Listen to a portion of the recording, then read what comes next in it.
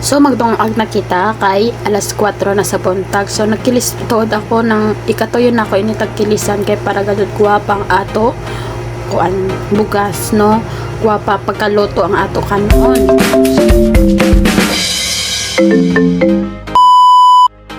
Pag kuman ako kilis, diyon tagbutang ko na siya sa dito sa kotaghaling. Ganaga di siya lutoon kon sa kahoy, di ba? Pag kuman tagiwa ko na ang mga kalabasa ning anak pagkahiwa, tapos ang mga jamansap tagiwa ko na sab para pangluto ako. So una tagbutangan ako siya ng oil, tapos kung init na ang oil, diyon hinayin natin nato, tapos ibutang na nato ang bombay. Bombay. Tapos kung humot na, ibutang nato ang ahos. Diyon. Gisa-gisara nato diyon sidya ingana. Hantod mo gawas ang ija humot. Pag human ibutang nato ang manok. Pwede ra sad baboy ibutang. Pero sa amo ang maramay naa, amo na tagbutang nako.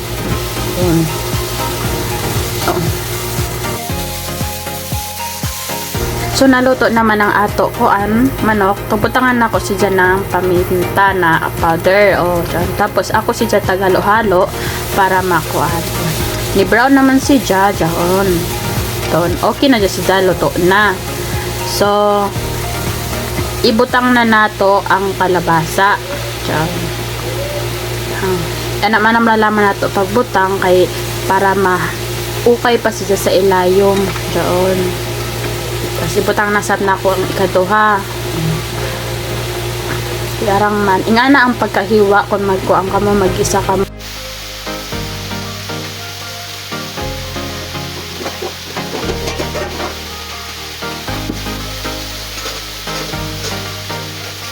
$2,000 years later.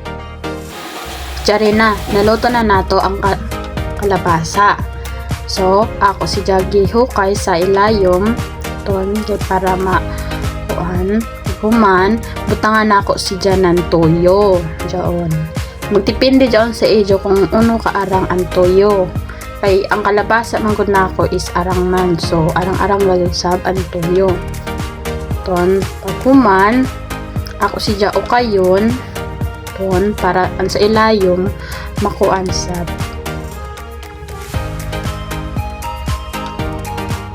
Paghuman, butangan ko siya ng asin. Asin na ganun ako ibutang ko magluto ako. Di na ako magbutang ng mga magic sarap na.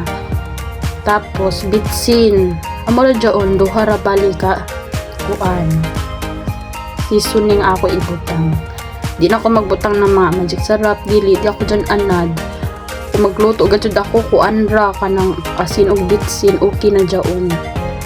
Tapos gibutangan ko to siya ng atsal para lami-lami kinta kay dugang lami sa ato tagluto. Tas gibutangan ko sa siya ng tubig gamay kay para sabaw-sabaw sa siya na pagka-adobo. Adobo tuod ini na pagkaluto. Adobo na ang kalabasa. Favorite jari ng ako manghod. Og sa nagluto ako kay kuan ini sa gunson man ang kuan isda. So nagulay asa kami. 2,000 years later.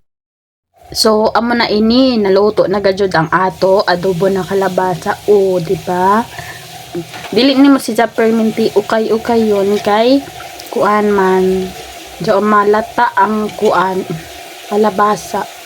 Kung mag-ukay ka mo sa kilid ra gajud adyo jon sa tunga kay madunot man ang kalabasa. So amo na ini ato finished product. Okay, diyan luto na gajud ini siya. Maghab-hab na gajud. Amo. Oo. Sige maorat to. Bye.